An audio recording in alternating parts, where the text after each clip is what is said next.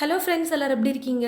இன்றைக்கி நம்ம வீடியோவில் ஈவினிங் சுட சுட சாப்பிட்றதுக்கு நல்லா டேஸ்டியாக உளுந்து வச்சு பார்த்திங்கன்னா கொஞ்சம் டிஃப்ரெண்ட்டாக ஸ்வீட் போண்டா நம்ம எப்படி செய்கிறதுன்னு பார்க்க போகிறோம். ஒரு கப் அளவுக்கு உளுந்து எடுத்து வச்சுருக்கேன். நான் எடுத்துருக்கிற கப்போட சைஸ் பார்த்திங்கன்னா 250 மில்லி. இந்த கப்பில் தான் எல்லா பொருளுமே நான் பார்த்திங்கன்னா அளந்து சேர்த்துக்க போகிறேன். கிட்டத்தட்ட 200 கிராம் அளவுக்கு உளுத்தம்பருப்பு பார்த்திங்கன்னா நான் எடுத்திருக்கேன். இப்போ தண்ணியில் ஒரு கப் உளுந்து சேர்த்துட்டு நல்லா ஒரு 2-3 முறை கழுவிட்டு தண்ணி ஊற்றி 2 மணி நேரத்துக்கு பார்த்தீங்கன்னா உளுந்தை ஊற வச்சுக்க போகிறேன். இன்னொரு கப்பில் ஒரு கப் அளவுக்கு பச்சரிசி மாவு பார்த்தீங்கன்னா நான் சேர்த்துட்டு கொஞ்சம் கொஞ்சமாக தண்ணி சேர்த்து மாவு மிக்ஸ் பண்ணிக்க போகிறேன். மாவு பார்த்தீங்கன்னா தண்ணியாக மிக்ஸ் பண்ணாமல் நல்லா கெட்டியாக இந்த பதத்துக்கு கொஞ்சம் கொஞ்சமாக தண்ணியை சேர்த்து பசைஞ்சு வச்சுக்கணும். தண்ணி ஊற்றி மிக்ஸ் பண்ண இந்த மாவையும் பார்த்தீங்கன்னா 2 மணி நேரத்துக்கு அப்படியே விட்டுடலாம். நல்லா மாவும் பார்த்தீங்கன்னா கொஞ்சம் ஊறட்டும். ஒரு சின்ன கப் எடுத்துக்கிட்டு 3 டீஸ்பூன் அளவுக்கு ரவை நான் சேர்த்துக்கிறேன். வறுத்த ரவை, வறுக்காத ரவை, எந்த ரவை வேணால் நீங்கள் யூஸ் பண்ணிக்கலாம். இந்த ரவை கூடவே கொஞ்சமாக தண்ணி சேர்த்து ரவையை பார்த்தீங்கன்னா 2 மணி நேரம் அப்படியே நம்ம ஊற வச்சிடலாம். உளுந்து, அரிசி மாவை மிக்ஸ் பண்ணியிருக்கிற அந்த கலவை, அதுக்கப்புறம் ரவை, இந்த மூணையும் ஒன்றா நீங்கள் ஒரே டைமில் ஊற வச்சுடுங்க. குறைஞ்சது 2 மணி நேரத்துக்கு எல்லாமே நல்லா ஊறட்டும். ஒரு குக்கர் எடுத்துக்கிட்டு ஒரு கப் அளவுக்கு கடலைப்பருப்பை நான் சேர்த்துக்கிறேன். பருப்பை தண்ணி சேர்த்து நல்லா அலசிட்டு பருப்பு வேகிறதுக்காக மட்டும் தேவையான அளவுக்கு கொஞ்சமாக தண்ணியை சேர்த்துட்டு ஒரு 4-5 விசில் விட்டு பருப்பை நல்லா வேக வச்சு எடுத்துக்க போகிறேன். பாருங்கள் ஃப்ரெண்ட்ஸ், கடலைப்பருப்பு நல்லா வெந்து வந்துருச்சு. இப்போ எக்ஸ்ட்ரா இருக்கிற தண்ணியை நம்ம ஒரு வடிகரண்டி வச்சு வடிகட்டி எடுத்துக்கலாம். தண்ணி இல்லாமல் வெறும் கடலைப்பருப்பு மட்டும் நமக்கு வேணும். இப்போ பார்த்தீங்கன்னா தண்ணியும் நல்லா ட்ரை ஆகிட்டு வந்துருச்சு. அதே சமயம் கடலைப்பருப்பும் நல்லா சூடு ஆறி வந்ததுக்கப்புறமா ஓரளவுக்கு கொஞ்சம் நைஸாக அரைச்சி எடுத்துக்கலாம்.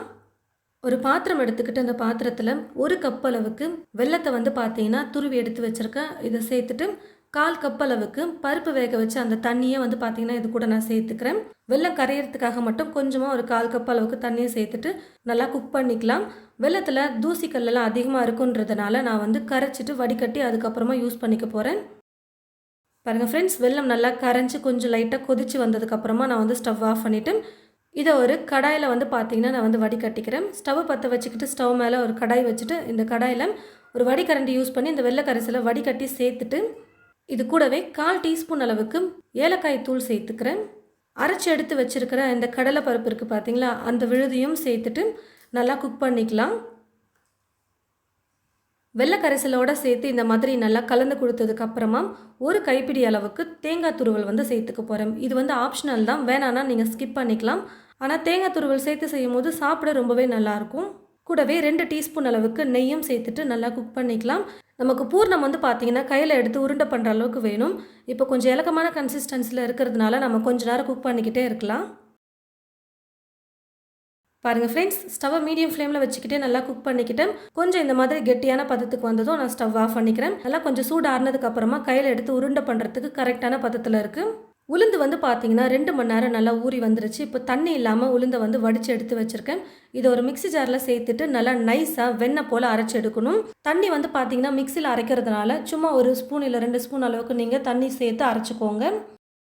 பாருங்கள் ஃப்ரெண்ட்ஸ், உளுந்தை நான் அரைச்சி எடுத்துக்கிட்டேன். இப்போ இந்த உளுந்து மாவு பார்த்தீங்கன்னா வெண்ணெய் போல் இருக்கும். ரொம்ப சாஃப்டாக அந்த அளவுக்கு நல்லா நைஸாக நான் அரைச்சி எடுத்து வச்சுருக்கேன். ஊற வச்சுருக்கிற ரவையில் பார்த்தீங்கன்னா இப்போ தண்ணி கொஞ்சம் இருக்குது. அந்த தண்ணியை வடிச்சிட்டு இது போல் வெறும் ரவையை மட்டும் நம்ம சேர்த்துக்கலாம். அரிசி மாவு பார்த்தீங்கன்னா நான் சேர்த்துக்கிறேன். இந்த அளவுக்கு அரிசி மாவு நல்லா கெட்டியாக இருக்கணும். தண்ணி ரொம்ப அதிகமாக சேர்த்துட்டோம்னா ரொம்ப இலக்கமாகிடும். அப்புறம் மாவு பார்த்தீங்கன்னா ரொம்ப இலக்கமான கன்சிஸ்டன்சிக்கு பார்த்தீங்கன்னா ரொம்பவே இலக்கமான கன்சிஸ்டன்சிக்கு போயிடும். நம்ம உள்ள ஸ்வீட் பூர்ணம் வைக்கிற மாதிரி இருந்தாலும் வெளியில் மாவு கொஞ்சம் டேஸ்ட்டாக இருக்கணும். அதுக்காக உப்பு கொஞ்சம் சேர்த்துக்கிறேன். சோடா உப்பு 2 சிட்டிகை அளவுக்கு சேர்த்துக்கிறேன். இது முழுக்க முழுக்க ஆப்ஷனல் தான். நீங்கள் சோடா உப்பு சேர்க்காம கூட செய்யலாம். இன்னும் உங்களுக்கு எக்ஸ்ட்ரா சாஃப்டாக வேணும் அப்படின்னு நினச்சிங்கன்னா ஒரு 2 சிட்டிகை அளவுக்கு சோடா உப்பு சேர்த்துக்கலாம். இப்போ இந்த எல்லா பொருளையும் சேர்த்து நல்லா பார்த்தீங்கன்னா ஒரு 2-3 நிமிஷத்துக்கு மாவு மிக்ஸ் பண்ணிக்க போகிறேன்.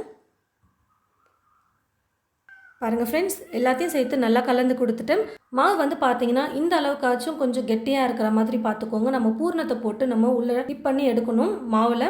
அதுக்கு ரொம்ப தண்ணியாக இருந்ததுன்னா மாவு மேலே ஒட்டாது. ஓரளவுக்கு இந்த மாதிரி கொஞ்சம் கெட்டியான பதத்துக்கு மாவு இருக்கணும்.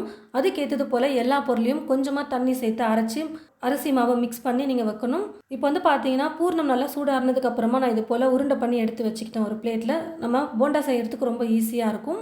கடாயில் எண்ணெய் ஊற்றி வச்சுட்டேன். எண்ணெய் பார்த்தீங்கன்னா நல்லா காஞ்சி வந்துருச்சு. இப்போது இந்த ஒவ்வொரு உருண்டைகளையும் எடுத்து நம்ம இந்த மாவில் போட்டு எண்ணெயில் எடுத்து போட்டுக்கலாம். மேலே இருக்கிற உளுந்து மாவு மட்டும்தான் நமக்கு வேகணும். அதனால் தீயை ஃபுல்லாக வச்சுக்கிட்டே நம்ம குக் பண்ணிக்கலாம். மேலே நல்லா பொன்னிறமாக கலர் மாறி வர வரைக்கும் குக் பண்ணணும். அப்பப்போ கரண்டி வச்சு நம்ம கலந்து கொடுத்துக்கிட்டே இருந்தோம்னா எல்லா பக்கமும் நல்லா ஒரே மாதிரி பொன்னிறமாக வெந்து வந்துடும். பாருங்கள் ஃப்ரெண்ட்ஸ், போண்டா வந்து பார்த்தீங்கன்னா இப்போ நல்லா வெந்து வந்துருச்சு. நான் எடுத்துடுறேன். இது போல் வடிகரண்டி யூஸ் பண்ணும்போது இருக்கிற எக்ஸ்ட்ரா எண்ணெய் நல்லா வடிஞ்சு வந்துடும். நல்லா சுட சுட சாப்பிட ஈவினிங் ஒரு சூப்பரான ஸ்நாக் வந்து பார்த்தீங்கன்னா ரெடி. கண்டிப்பாக நீங்கள் இது போல் இனிப்பு போண்டா நீங்கள் ட்ரை பண்ணியிருக்கவே மாட்டீங்க. இந்த மாதிரி பூர்ணம் வச்ச இனிப்பு போண்டாக்கு வந்து பார்த்தீங்கன்னா மேல் மாவு நம்ம வேறு மாதிரி ரெடி பண்ணியிருப்போம். இது போல் உளுந்த வச்சு நீங்கள் ட்ரை பண்ணி பாருங்கள். சாப்பிட ரொம்பவே சூப்பராக இருக்கும். கொஞ்சம் புதுவிதமாகவும் இருக்கும். வீட்டில் இருக்கிறவங்க எல்லாருமே ரொம்பவே விரும்பி சாப்பிடக்கூடிய அளவுக்கு எல்லாருக்கும் பிடிக்கக்கூடிய வகையில் இந்த ரெசிபி இருக்கும். கண்டிப்பாக நீங்கள் உங்களுடைய வீட்டில் இது போல் ஸ்நாக்ஸ் செஞ்சு பார்த்துட்டு எப்படி இருக்குன்னு சொல்லிட்டு மறக்காமல் கமெண்ட் பாக்ஸில் வந்து கமெண்ட் பண்ணுங்கள். இந்த வீடியோவை மற்றவங்களுக்கும் ஷேர் பண்ணுங்கள். இது போல் நிறைய ரெசிபீஸ் பார்க்க தமிழ் ஃபுட் மசாலா சேனலை மறக்காமல் சப்ஸ்கிரைப் பண்ணிக்கோங்க. கூடவே பக்கத்தில் இருக்கிற பெல் ஐக்கானை கிளிக் பண்ண மறந்துடாதீங்க. தேங்க்யூ.